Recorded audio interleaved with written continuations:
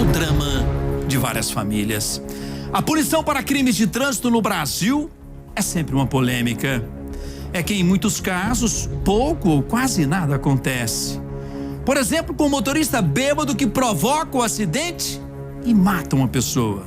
São famílias destruídas que carregam a dor para sempre, com um sentimento terrível, o sentimento da impunidade. Veja na reportagem de Carolina Rabelo.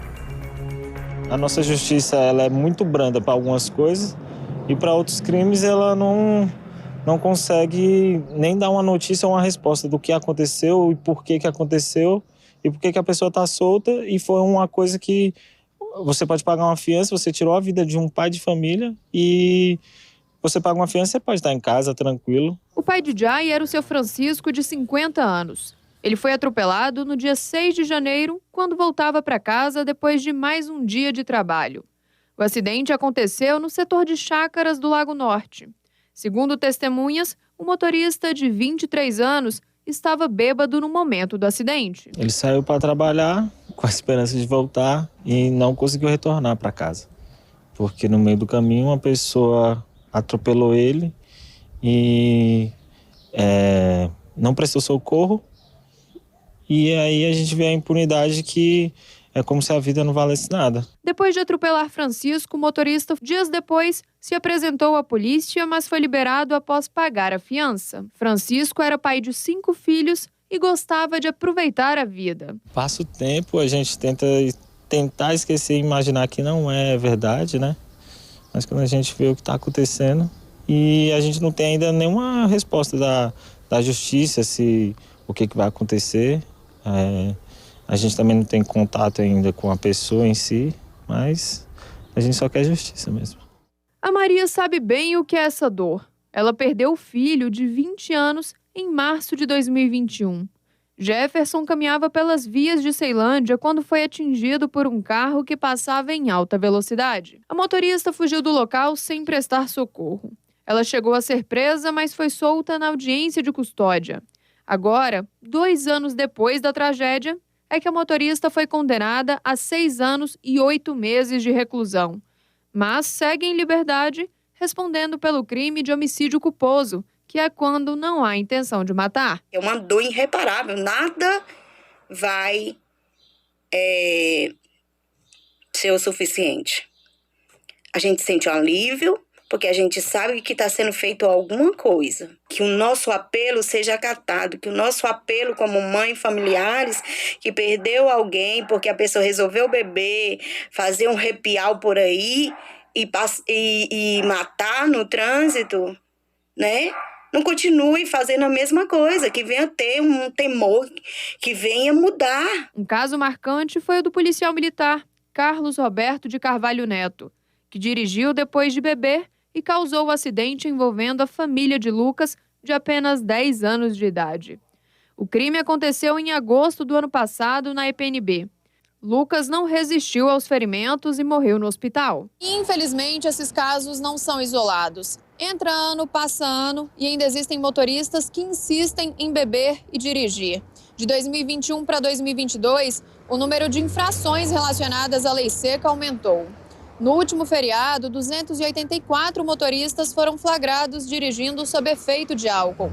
Mas um fato curioso é que deste número, apenas 8 foram presos por embriaguez ao volante. Em 2021, o número de ocorrências por embriaguez ao volante foi de mais de 27.500. Em 2022, esse número aumentou para 33.533 autuações. E é justamente isso que todos tentam entender. Por que o motorista que tirou a vida de uma pessoa inocente não foi preso? Ou vai responder por esse crime em liberdade? Este especialista em trânsito explica como funciona essa legislação em relação à embriaguez ao volante. O crime cometido na direção de veículo automotor que mata uma pessoa e o condutor estava sob efeito de álcool ou drogas tem sido interpretado, ora sim, ora não, como um homicídio qualificado lá do Código Penal e levado a júri popular aqui em Brasília e no resto do país.